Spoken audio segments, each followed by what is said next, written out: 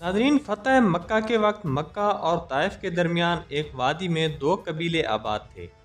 ایک قبیلہ بنو حوازن اور دوسرا بنو ثقیف تھا، اور اس وادی کا نام وادی حنین تھا۔ یہ بہادر اور جنگجو قسم کے لوگ تھے۔ جب مکہ فتح ہوا تو اکثر مکہ والے مسلمان ہو گئے، لیکن یہ لوگ مسلمان نہیں ہوئے۔ ان لوگوں کا خیال تھا کہ مسلمان فتح مکہ کے بعد ان پر بھی حملہ کریں گے، اس لیے ان لوگوں نے یہ طے کر لیا کہ اب چونکہ تمام مسلمان مکہ میں اکٹھے ہیں، اس لیے اس سے پہلے کہ مسلمان ان پر حملہ کریں وہ خود ان پر حملہ کر دیں۔ جب حضور صلی اللہ علیہ وسلم کو ان کے حملے کی تیاریوں کی خبر ہوئی تو آپ نے ایک صحابی کو تحقیقات کے لیے بھیجا، جس نے واپس آ کر آپ صلی اللہ علیہ وسلم کو بتایا کہ قبیلہ بنو حوازن اور بنو ثقیف اپنے تمام قبائل کو جمع کر چکے ہیں، اور ان کی فوج کا سپہ سالار حوازن کا رئیس اعظم مالک بن عوف ہے، اور عرب کا مشہور شاعر اور بہادر درید بن السمہ، جس کی عمر 100 سال سے بھی زیادہ تھی، بطور مشیر میدان جنگ میں ان کے ساتھ ہے۔ وہ اپنی عورتوں، بچوں اور جانوروں کو بھی میدان جنگ میں ساتھ لے آئے ہیں، تاکہ کسی بھی سپاہی کے ذہن میں میدان سے بھاگنے کا خیال نہ آئے۔ 8 ہجری کو نبی کریم صلی اللہ علیہ وسلم 12,000 مجاہدین کے لشکر کے ساتھ روانہ ہوئے، جن میں 2,000 سے زیادہ نو مسلم اور 80 غیر مسلم بھی شامل تھے۔ اسلامی افواج کی کثرت اور اس کے جاہ و جلال کو دیکھ کر بعض صحابہ کی زبان سے بے اختیار یہ الفاظ نکل گئے کہ آج بلا ہم پر کون غالب آ سکتا ہے۔ لیکن اللہ تعالیٰ کو کچھ لوگوں کا اپنی فوج کی کثرت پر ناز کرنا پسند نہ آیا۔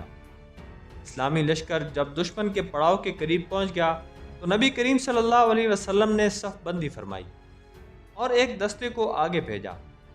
اس دستے میں زیادہ تر وہ نو مسلم شامل تھے جو مکہ سے آئے تھے، اور کچھ غیر مسلم بھی شامل تھے، لیکن اس سے پہلے دشمن کے تیر انداز پہاڑی گھاٹیوں میں چھپ گئے تھے۔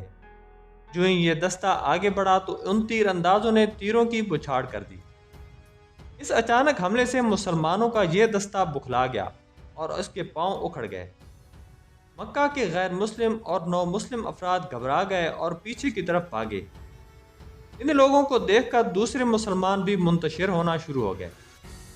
اب حضور صلی اللہ علیہ وسلم کے ساتھ میدان میں صرف چند جانثار صحابہ رہ گئے تھے جو بہادری سے لڑ رہے تھے، اور خود رسول کریم صلی اللہ علیہ وسلم ہاتھ میں تلوار لے کر رجز پڑھ رہے تھے۔ جب مسلمانوں نے آپ کی ثابت قدمی اور شجاعت دیکھی تو ان کے حوصلے بھی بلند ہو گئے، اور یہ مٹھی بھر مجاہدین دشمن کے سامنے ڈٹ گئے۔ پھر حضرت عباس رضی اللہ عنہ نے حضور کے حکم سے نام لے لے کر مہاجرین اور انصار کو بلایا۔ اس آواز پر تمام مسلمان حضور کے گرد اکٹھے ہو گئے اور اس شدت اور جان فشانی سے لڑے کہ جنگ کا رنگ ہی بدل گیا۔ کفار مسلمانوں کے اس زبردست حملے کی تاب نہ لا سکے اور بھاگ نکلے۔ بنو ثقیف کی فوج بڑی بہادری سے لڑی، لیکن جب ان کا علمبردار عثمان بن عبداللہ قتل ہوا تو ان کے پاؤں اکھڑ گئے اور طائف کی طرف بھاگ گئے، جبکہ بنو حوازن اوتاس میں جمع ہونے لگے، لیکن مسلمانوں نے اوتاس میں بھی انہیں شکست دی۔ مسلمانوں کو حنین کے میدان میں شاندار کامیابی ہوئی اور کفار کے ہزاروں آدمی گرفتار ہوئے۔